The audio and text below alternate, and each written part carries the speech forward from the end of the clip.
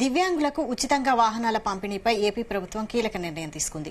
100% రాయితీతో 3 చక్రాల వాహనాలు అందించాలని నిర్ణయించింది. సీఎం చంద్రబాబు ఇప్పటికే గ్రీన్ సిగ్నల్ ఇవ్వగా ఈ మేరకు సంబంధిత అధికారులు ప్రతిపాదనలు సిద్ధం చేశారు.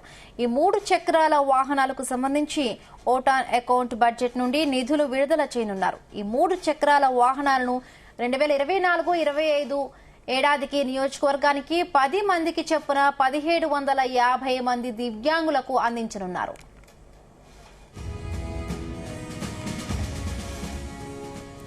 ఈ 3 చక్రాల ఒక్కో వాహనం ఖరీదు 1,00,000 వరకు ఉంటుందని అంచనా వేస్తున్నారు అధికారులు.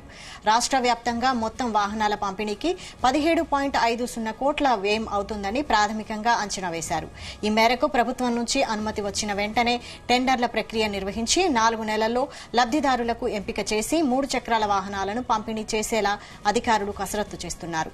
వీలైనంత త్వరగా ఈ వాహనాలను అందించే పనిలో ఉన్నారు. రాష్ట్ర వ్యాప్తంగా ఈ 3 చక్రాల వాహనానికి సంబంధించి క్షేత్రస్థాయిలో దివ్యాంగుల నుండి భారీ డిమాండ్ ఉంది. గత ప్రభుత్వ హయాంలో ఒక్కసారి మాత్రమే పంపిణీ చేసినట్లు చెప్తున్నారు. దాదాపు 4,000 మంది దరఖాస్తు చేసుకుంటే 1,750 మందికి పంపిణీ చేశారు. ఇప్పుడు కూటమి ప్రభుత్వం ప్రతి ఏటా 3 చక్రాల వాహనాలను పంపిణీ చేయాలని నిర్ణయించింది. ఈ ఏడాది 1,750 మందికి వాహనాలు అందించడంతో పాటు ఏటా ఇదే స్థాయిలో అర్హులను ఎంపిక చేసి ఉచితంగా పంపిణీ చేయాలని నిర్ణయం తీసుకుంది.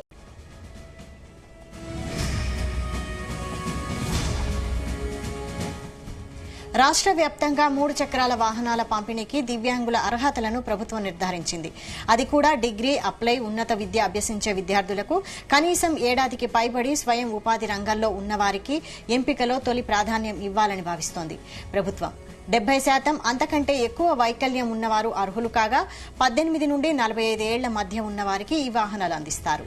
అంతేకాకుండా వీటితో పాటు 3 లక్షల లోపు ఆదాయ పరిమితి ఉండాలి. ఈ 3 చక్రాల వాహనాలు ఎంతో ఉపయోగకరంగా ఉంటాయంటున్నారు దివ్యాంగులు.